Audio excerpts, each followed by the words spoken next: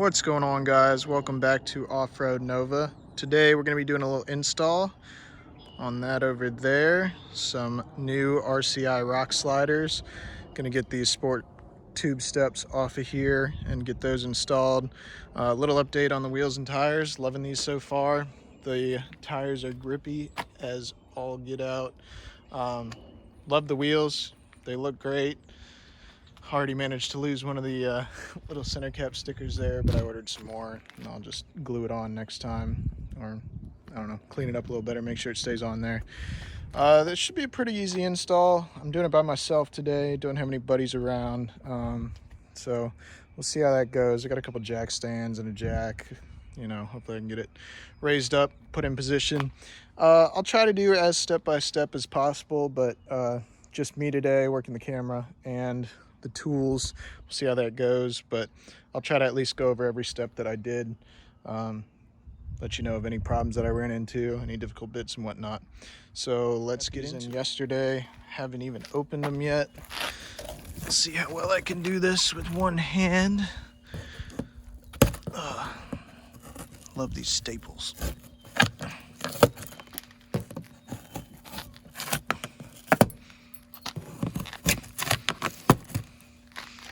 Hopefully that's it. Maybe not.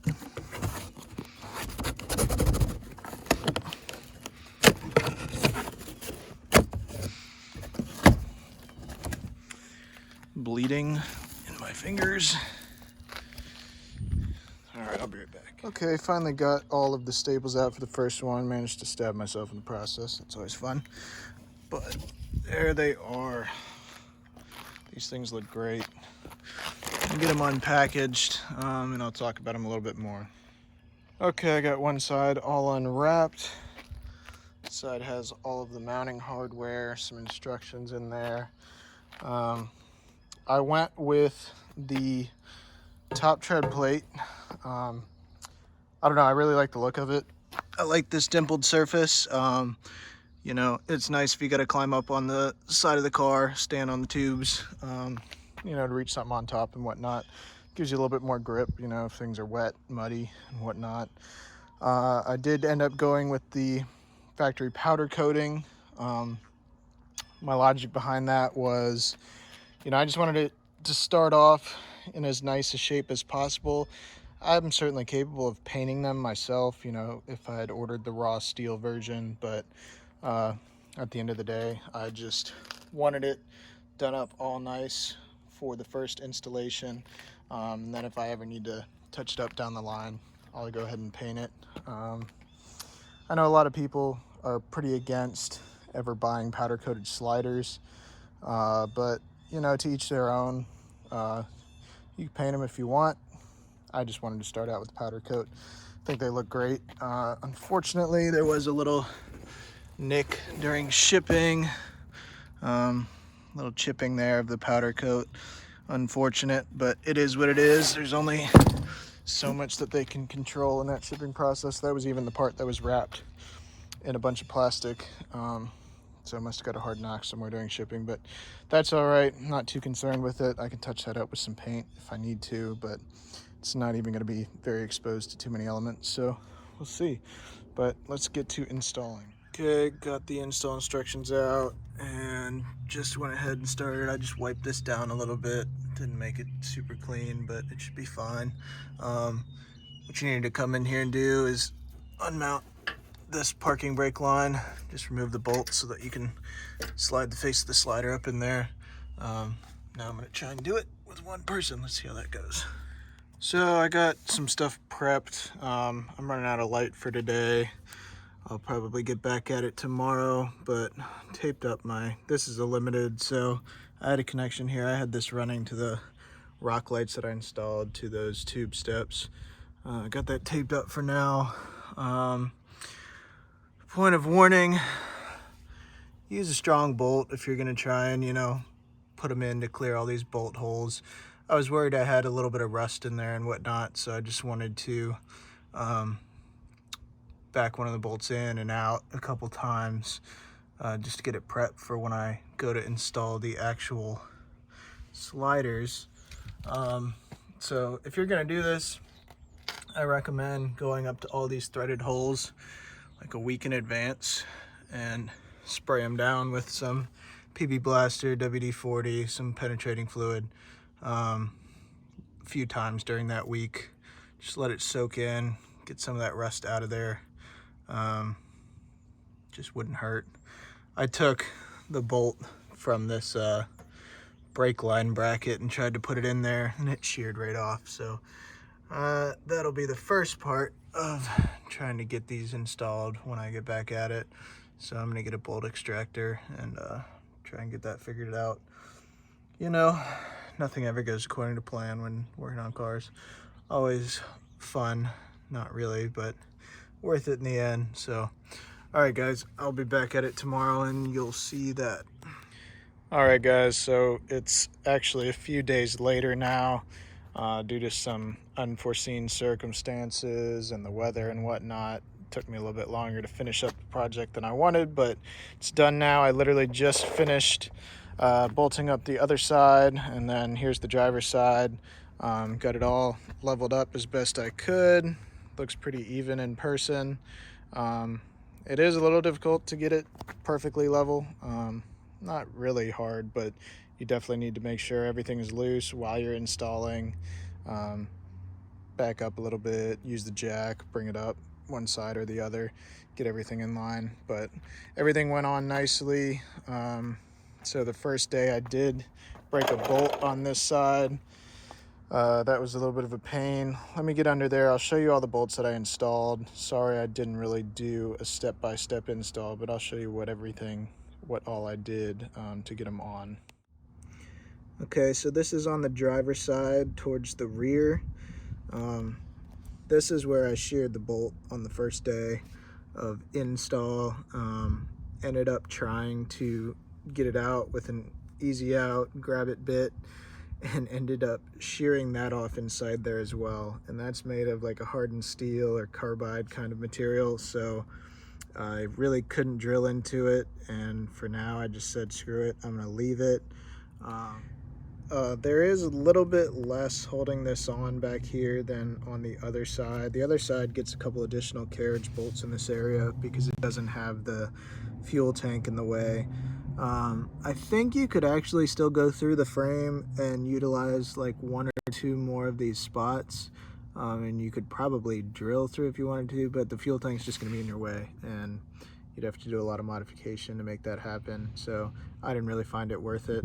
But these things are really solid as is, and if I do get worried about, you know, the structural integrity of them, which I'm really not super worried, but if they do need a little bit of beefing up, I may just have a buddy, you know, weld a little seam between the frame and here, and then that way I could still come back with an angle grinder if I ever needed to really take these off. I don't plan to, but you know, things happen. But yeah, otherwise these are all just single bolt screw in. There's no back plate. They're not carriage bolts. That's just a regular bolt as well. Those are all 13 mil headed bolts.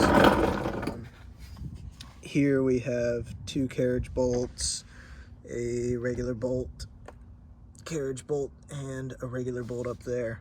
And I'll show you the back side real quick as well.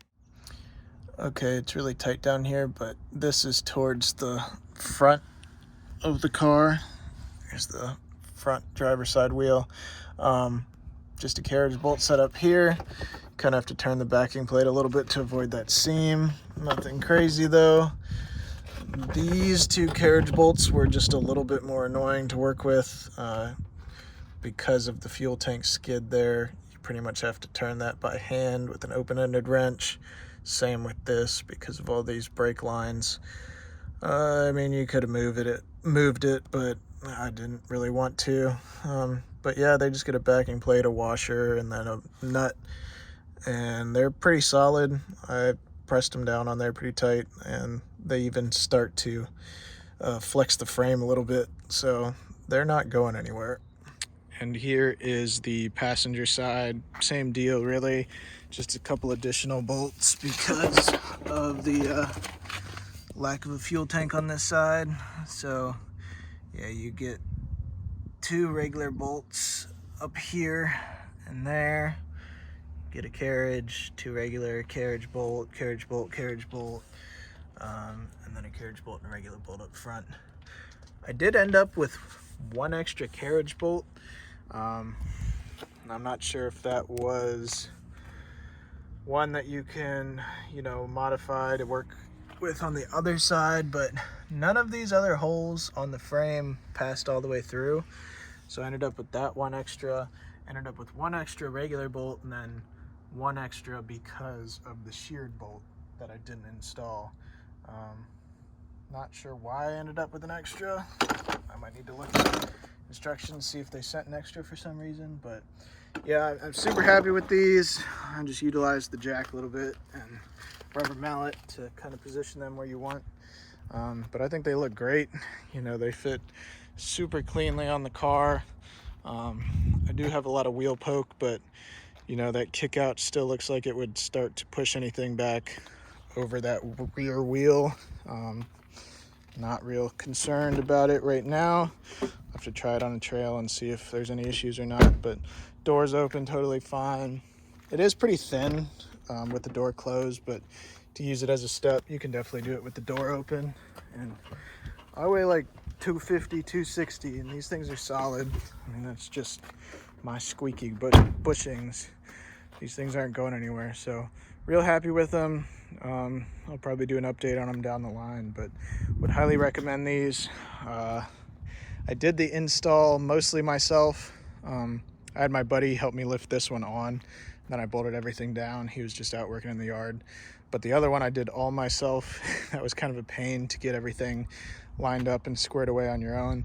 You can definitely do it with the right prep work. I have a floor jack as well. If I'd gone and gotten a board and whatnot, you could probably center it along this whole thing and kind of balance it, use some jack stands like I had here, and then possibly another jack. It's doable by yourself, but I'd recommend just having a buddy help you put it on there and put 1 or 2 bolts in just to hold it in place, and then you can get the rest in, then tighten it down. Definitely don't tighten them down before you get everything in there, because you will need to shift it around a little bit. I had to on the other side, and once the adjustments were made, it was nice and good to go. But yeah, just follow the instructions and you can probably get it done. And I don't know, if you have it all prepped and everything in hand when you start, you can probably get it done in like 2.5 hours by yourself, if you're really flying through it. But I just took my time and wasn't really in a rush, so did one day in a couple hours, and then did this one in probably about an hour and a half. But yeah, love the way these came out. Let me know if you guys have any questions. Right now it's mid-March and RCI still has their tax sale going on. I think there's 15% off. That's why I went ahead and pulled the trigger on these. So check them out and get yourself a set. Check out their other armor as well. They got great stuff. I'm not sponsored by them or anything, but definitely recommend their underbody armor. I have the front skid plate as well as the rear diff skid, and I would like to get the transfer case skid as well, just to get full underbelly protection. They also make some lower length skids and whatnot. I might do some like picture overs for this video and show you all that stuff. But yeah, thanks for watching, guys. If you like this, please give me a thumbs up, subscribe, comment below. All that really helps me out. Let me know if you want to see anything in particular in future videos. Got a couple ideas already.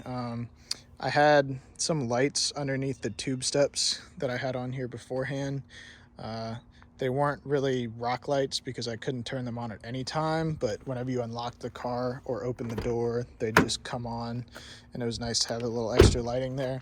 So I may do something similar, utilizing the same factory wiring harness, and then see if I can add a separate circuit to it so that I can turn them on at any time. So I'll probably do a video on that when I do it. And then eventually I'll add some rock lights in the wheel wells just to have a little bit more lighting around the vehicle whenever you need it.